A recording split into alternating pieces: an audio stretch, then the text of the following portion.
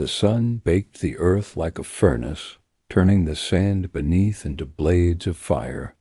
The desert around Basra was not empty.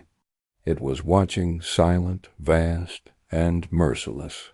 A single horseman rode alone through that heat, his black turban wrapped tightly to shield his face from the biting wind and searing light. He gripped the reins with cracked hands, his leather water-skin already dry. But his task was holy, and he would not fail. His name was Sa'id ibn Hanzala, a man without title, without fame, just one of many who had wept when he read the words, written by the grandson of the Prophet Muhammad, peace be upon him. But unlike the others, Sa'id had not stayed silent. When the letter had reached Basra, most of the tribal leaders had glanced at it and tucked it away. Some feared Yazid, some were simply tired. But one man, Sulayman ibn Sard, had quietly whispered to Sa'id, "Take this message to those who still have a pulse in their soul. Take it fast. Take it now." The letter had been copied carefully from Imam Hussein's own hand. Its tone was not one of revolt. It was a cry from the heart. "I do not rise out of arrogance, nor mischief, nor for corruption. I rise to seek the reform of the nation of my grandfather." Sa'id had memorized every word. He had read it under the stars each night, weeping silently when the campfires died. He had never met Hussein face to face, but something in the ink of that letter felt like truth itself. He was headed north, toward the city of Al-Madan, once the glory of the Persians, now a withering remnant of a vanished empire. There were still men of honor there, it was said. Sa'id was to deliver the message to one such man, an aged noble named Nu'man ibn Bashir, once a companion of the Prophet, peace be upon him, now retired, living in seclusion, bitter at the world. If he would speak for Hussein, others would listen, but Sa'id never reached Madan. Not then, not as planned. On the third night of his journey, as the moon carved pale lines over the sand dunes, Sa'id heard the sound he feared most: hooves. Not one rider, many. He pulled his horse into a narrow crevice between two sharp rocks and held his breath. The riders galloped past, black flags trailing behind them like the tongues of serpents. Yazid spies. Sa'id had heard rumors that men were being paid in gold to hunt any who carried word from Hussein. They were not after soldiers. They were after ink and truth. His heart thundered in his chest. The letter was wrapped inside his saddle, beneath a worn prayer rug, hidden but not safe. He had to keep moving. He waited until dawn before riding again. He would avoid the main roads. He would go through the salt plains longer, more dangerous, but less watched. Each day grew heavier than the last. His provisions ran low. His skin cracked in the heat. But worse than hunger or thirst was the creeping doubt. Would the letter even matter? Would anyone listen? Would any soul rise while the Umayyads poisoned the pulpit with their lies? One night, as the winds howled and the stars hid behind the dust, Sa'id collapsed beside a dying tree. He opened the letter and read it again, as he always did. Is there anyone to help me, to aid me? He wept. These were not just words from Hussein. They were cries from the soul of Islam itself. How could the people sleep? How could they pray in mosques built by the very hands that silenced truth? He closed his eyes and dreamt of Medina, of the Prophet, peace be upon him, walking with his grandson hand in hand, saying, "Hussein is from me, and I am from Hussein. He saw the people who once bowed with sincerity, now bowing with fear, and he awoke with fire in his chest. He would not stop. On the 7th day of his journey, he reached a lonely well near a Bedouin camp. As he filled his flask, a child approached him, a boy no older than 9, eyes sharp with desert wisdom. "Are you the man carrying the letter?" the boy asked. Say single quotes, EED froze. "What letter?" The boy smiled. "The one from the family of the Prophet. My grandfather told me." Said looked around, panic tightening his throat. "Where's your grandfather?" The boy pointed to a tent near the edge of the camp. A man in his 70s stood watching, leaning on a staff. Said approached him cautiously. "I mean no harm," he said. "I am a traveler." The old man nodded. "From Hussain?" Said's eyes widened. "You know? I know enough to recognize those still brave enough to ride for truth," he said. "Rest here, but leave before nightfall. The road ahead is worse than you imagine." That night, the old man revealed what Said feared. Madan was under watch. Numan ibn Bashir was being shadowed. Anyone bringing word from Hussain would be taken to Kufa in chains or worse. "You must turn back," he warned, "or find another path." But Said was not made of the kind who turned back. "Even if the sands bleed and the sky spits fire, I will deliver this letter." The old man looked at him long, then kissed his forehead. "Then may Allah carry your feet, and may the angels of Badr ride beside you." On the 10th day, Said was ambushed. That had happened near a dried-up riverbed. He was forced from his horse, captured by 2 scouts, and dragged to a makeshift camp led by a man named Harith ibn Malik I. Of Yazid's informants, Said said nothing. They found the letter within minutes. Harith read it aloud in mockery. "He says he does not rise for power. Then why does he defy the caliph?" Said spat at his feet. "Because Yazid is not a caliph. He is a drunkard sitting on a stolen throne." The scout struck him across the face, but Said did not beg. He did not plead. He knew this was not the end, because truth cannot be beaten out of a soul. It only burns brighter. Harith tore the letter in half, but he made a mistake. He did not know a second copy was hidden inside. Said's shoe dot that night, Said managed to escape. Bloodied, weak, limping, he crawled through the wilderness with only stars as his guide. He would no longer go to Madan. He had no strength left. He would head straight for Kufa. It was risky, dangerous, but there was one man there, Mukhtar ibn Abi Ubay, still remembered the words of Ali, who still grieved the murder of Amr, who still feared God more than Yazid. If Said could reach Mecca, perhaps the letter would still matter. Perhaps not all was lost, but the sands of destiny had already begun to shift, and in the heart of Karbala, the tents of Hussain were already being pitched. The walls of Kufa dust clung to his blood-stained robe like a second skin. Said ibn Hanzala had not walked. He had crawled, stumbled, and dragged himself across the burning belly of Iraq. His tongue was cracked, his eyes sunken, his right leg barely responsive after the beating. But the letter, his secret copy of Imam Hussein's play, was still hidden, folded tightly and pressed against his chest. Soaked with sweat and resolve, Kufa's walls loomed in the distance. A city that once echoed with the footsteps of Ali, now ruled by fear and trembling under the iron grip of Ubaydullah ibn Ziyad. Word had spread faster than Said could ride.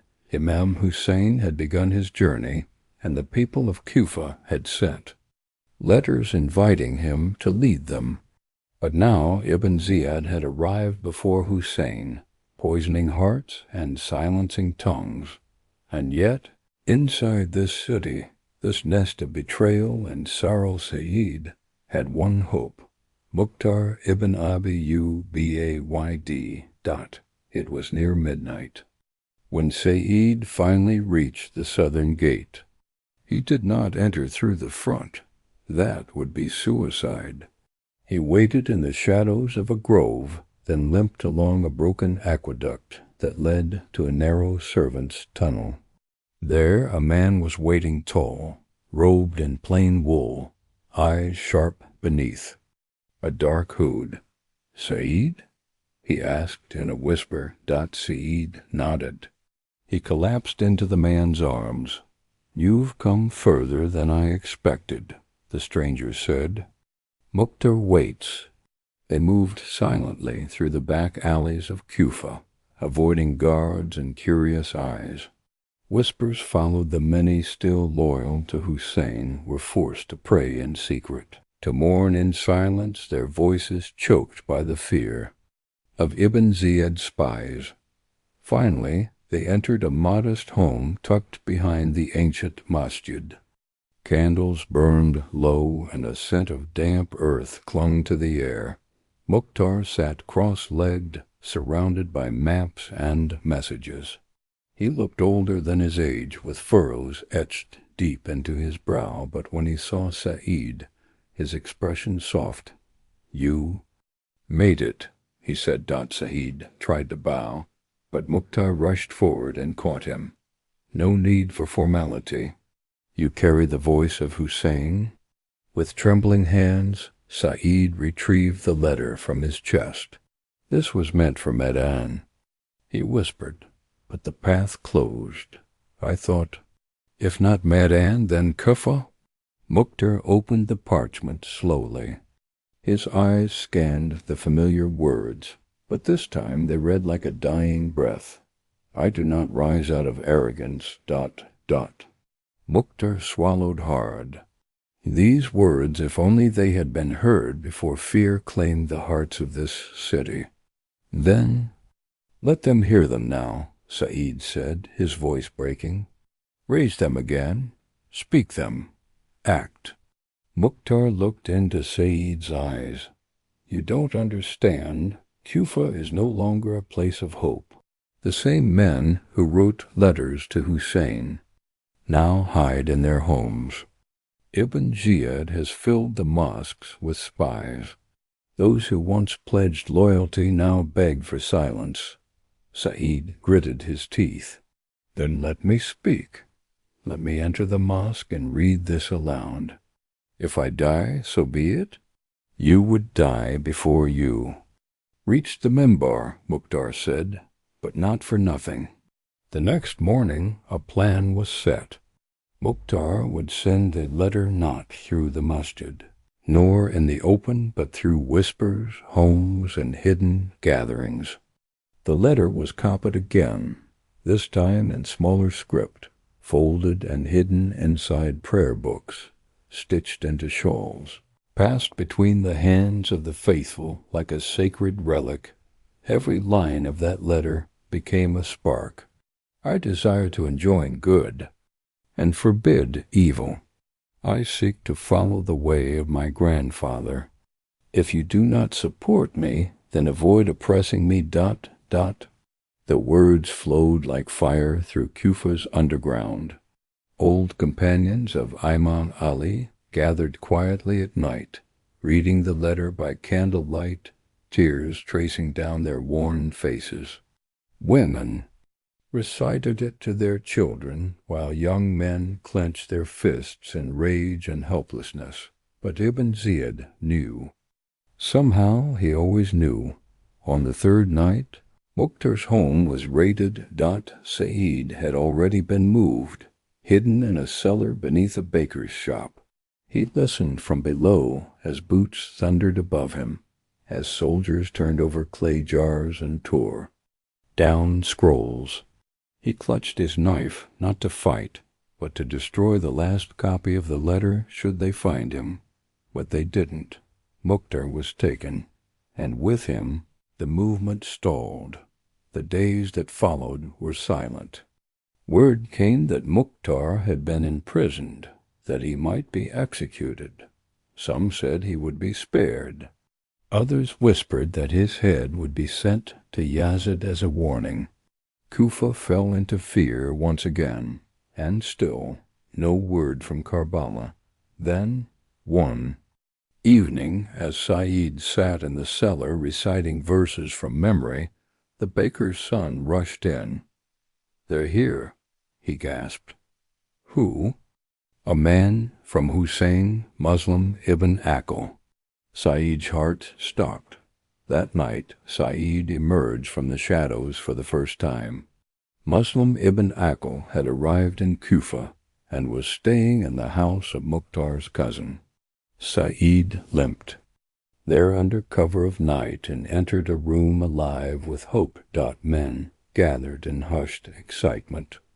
Muslim ibn Aqil stood at the center, tall, noble, his face worn by travel and determination.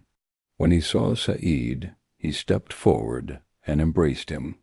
"I have heard your name," Muslim said. "Your courage reached me even before your face." Saeed could barely speak. "The letter, I've read it," Muslim said, "and I carry its spirit. The people of Kufa have pledged. Thousands already. Hussein will come." Saeed's knees gave way. He wept not in sorrow, but in relief. "Then it was not in vain?" "No," Muslim said. "Your pain lit the first flame." For weeks Muslim support grew. The mosques echoed once more with hope. People pledged allegiance, night and day. Kufa felt alive again. It seemed as if Hussein's letter had finally reached its audience. But Saeed, older now in suffering, remained cautious. "Wait," he whispered to the young. "Watch. This city shifts with fear. Do not trust until the swords are drawn." He was right. Ibn Ziyad, cunning and brutal, disguised himself and entered Kufa quietly. He used lies and gold to poison loyalty. He threatened leaders, bribed tribes, and promised positions of power to those who would betray. Slowly, the pledges faded. Crowds that once gathered for Muslim thinned. Doors that once opened now locked. And the same hands that swore to defend the grandson of the Prophet, peace be upon him, now clutched coins instead of swords. Saeed watched it happen with eyes wide open. He saw Muslim isolated, hunted, forced to fight alone. He saw the betrayal unfold not with blood, but with silence, when Muslim ibn Aqil was captured and taken. To the governor's palace, Saeed tried to rally others. He knocked on doors, shouted in the streets, "Is there no one left who remembers Ali? Who remembers Amr? Who remembers the Prophet's family?" But no one answered. He was alone again. Then, on a quiet evening, the sky turned red. From the palace tower, the sound of a body striking the ground echoed through the city. Muslim ibn Aqil had been executed. Saeed fell to his knees, not because of the death, but because of the silence. No weeping, no rebellion, no uprising. The people of Kufa, who had once written hundreds of letters to Hussein, now buried their shame in silence. Saeed clutched the last copy of the letter to his chest. Not a single word had been wasted, but it had never truly reached. That night, Saeed made a decision. He would leave Kufa. He would head west, toward Karbala. If Hussein was still on his journey, if he had not yet arrived, then perhaps one voice, one wounded messenger, could still warn him. He would tell him what had happened. He would tell him that Kufa had turned away, that the pledges were hollow, that the traps had already been set. But Said did not know that Hussein was already near. The tents had already been raised, the waters already blocked, the swords already drawn. And Karbala waited silent, sacred and thirsty.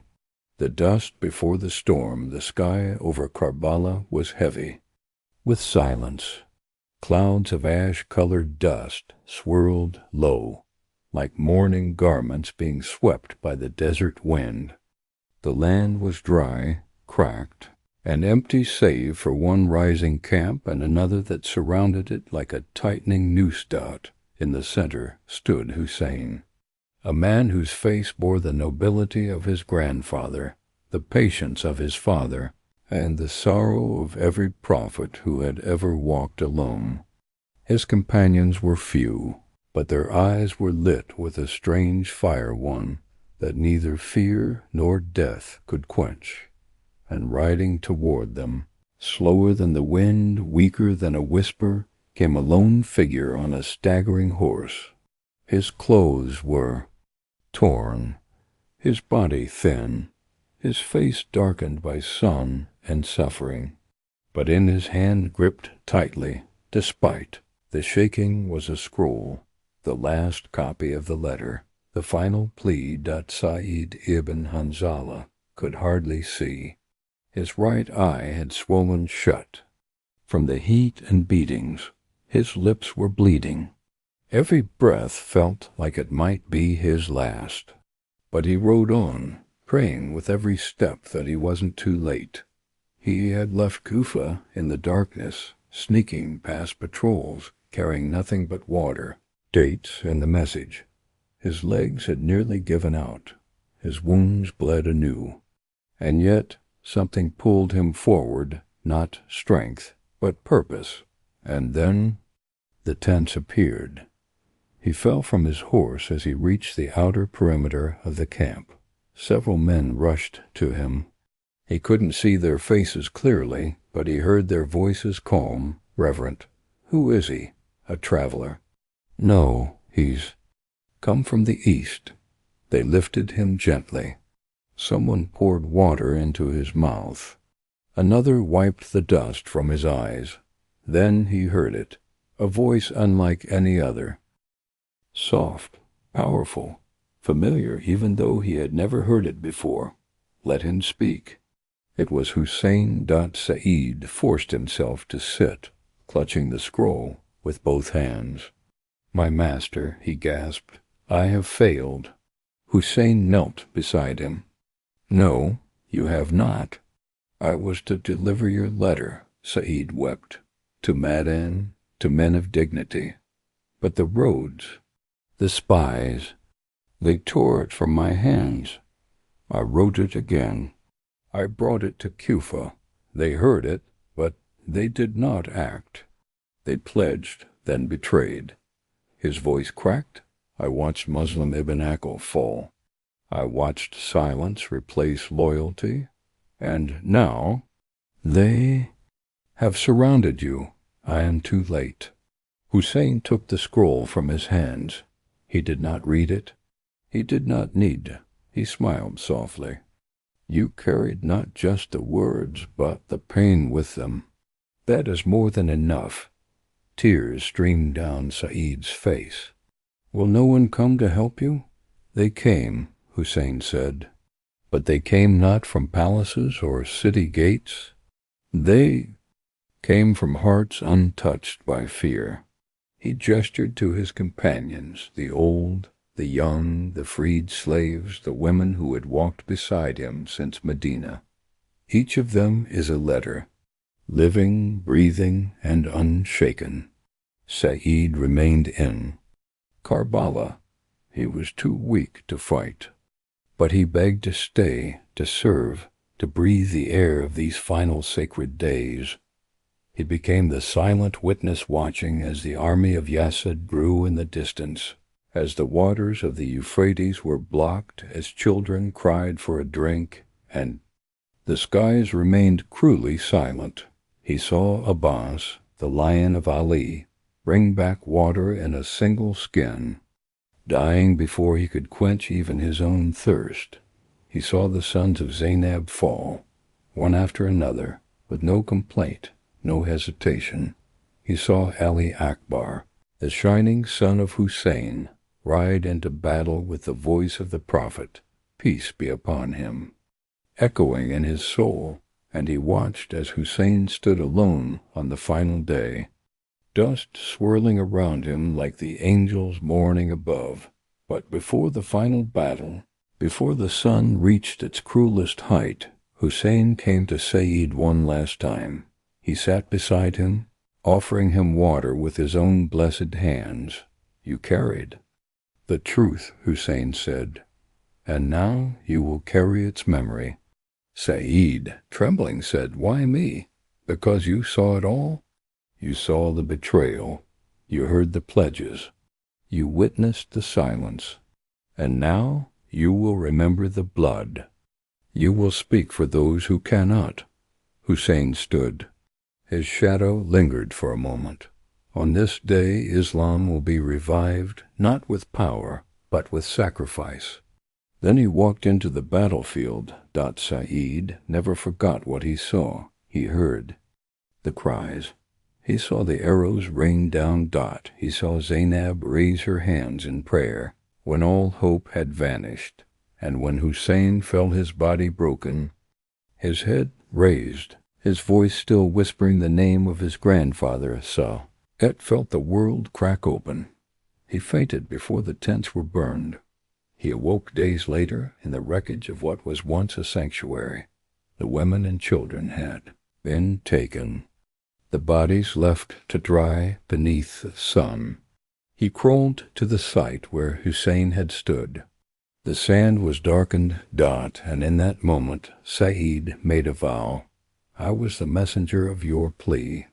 Now I will be the guardian of your memory."